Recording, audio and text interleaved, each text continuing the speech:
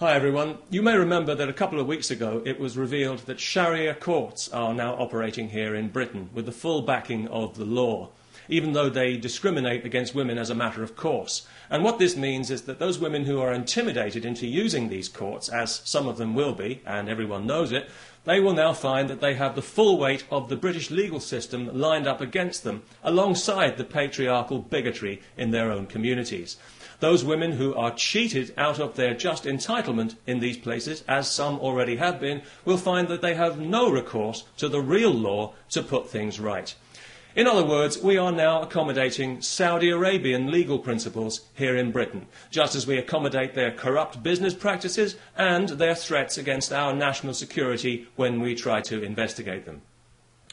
If you live in Britain and if you think these courts are a bad idea, please sign the petition to which I've linked, asking that they be abolished and that this poison be removed from our society and that we revert to the rule of civilised law with equal rights for all, if that's not too much trouble. You know, over the last 11 years of this Labour government that we've had in Britain, the British people have seen their society subjected to social engineering on a massive scale by a misguided and arrogant liberal elite who, in their eagerness to fragment the fabric of our society, have actually succeeded in giving civilised values a bad name. Tolerance and diversity are good things on paper. I'm sure we'd all vote for tolerance and diversity, but in practice they become a nightmare of doublethink and lies, where the most unreasonable people in society are encouraged at every turn to be even more unreasonable.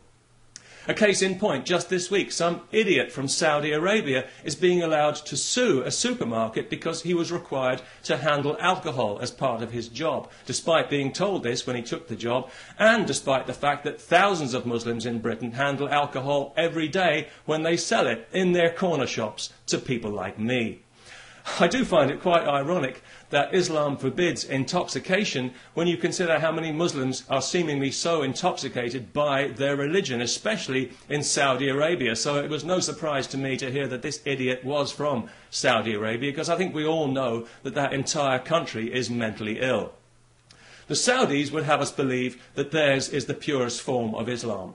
Well, I don't know about that, but it's certainly the nuttiest form. It's barking mad, if you'll pardon the canine metaphor, and it's pig ignorant, even if you won't. It's got to be just about the nastiest belief system on this faith-obsessed planet, and it's a cowardly one as well, enforced by cowardly men who are afraid of women and whose only language is ultimately violence. They're absolutely pathetic, and history is already laughing at them. If the term human rights means anything in this world, then one day the Saudis will pay out as much in compensation for their abuse of women as the Catholic Church has for its abuse of children. And I'll certainly drink to that. Because I was out earlier today, coincidentally, buying some beer, not because I enjoy beer particularly, but because I know it offends Islam.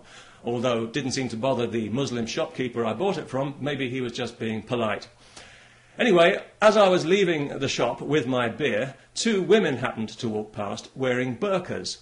Nothing too unusual about that, not anymore, not in London anyway, and nobody really paid it much attention, apart from one small child who I overheard describing them to her mother as letterbox ladies, which I thought was actually quite inventive and rather charming. But of course it was also deeply offensive. So we had the child put to death. No, not really.